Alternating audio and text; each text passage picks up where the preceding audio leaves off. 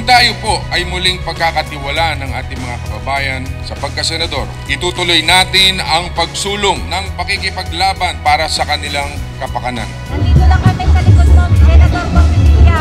Nakalalay para sa'yo. Handa suportahan ka. A few years back, sinalubong natin ang makasaysayang pagbabalik ni Senator Bong Revilla.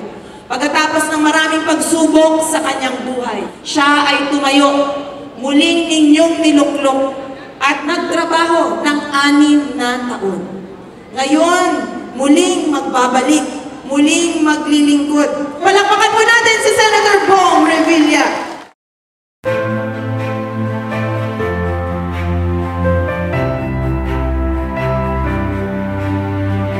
Sino po ang ating senador na gagawin numero 1 sa darating na eleksyon?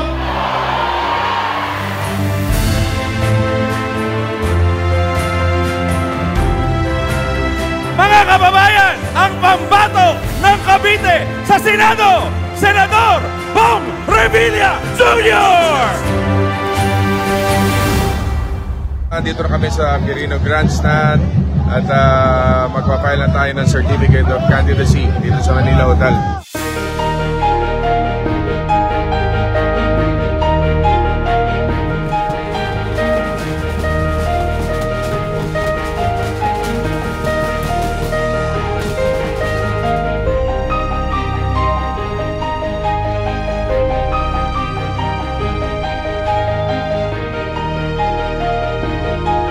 Kung tayo po ay muling pagkakatiwalaan ng ating mga kababayan at iluluklok muli sa pagkasenador, itutuloy natin ang pagsulong ng pakikipaglaban para sa kanilang kapakanan.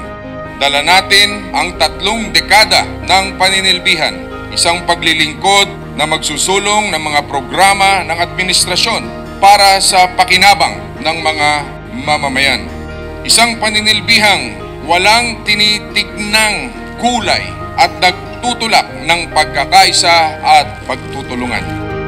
Ito po si Bong Revilla para senador, muling magsisilbi sa bayan.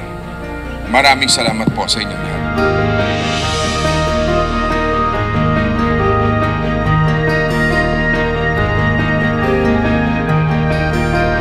Taos-pusong pasasalamat.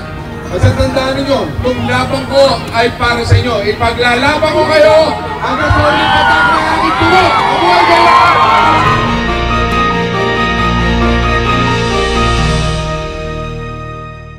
I started my day very early.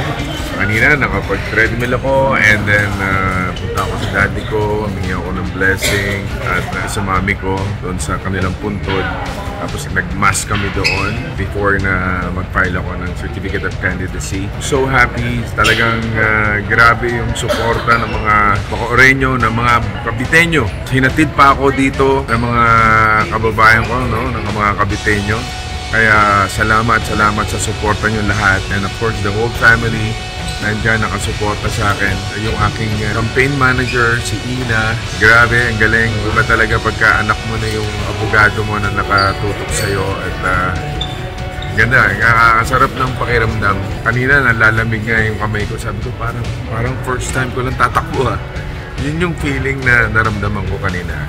And, sabi ko nga, sa lahat-lahat na nangyari sa buhay ko, 3 dekada na ako nagserbisyo sa publiko.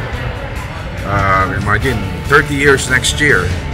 Tama-tama sa election, pang 30 years ko na yun in public service. Sa dami na nagawa natin, kumbaga at marami pang gagawin. At kung tayo'y papalarin manalo muli.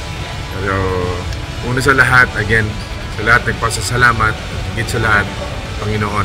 Thank you, Lord, sa lahat-lahat ng blessings. At sa lahat ng mga nagdadasal for me, thank you very much. I love you all.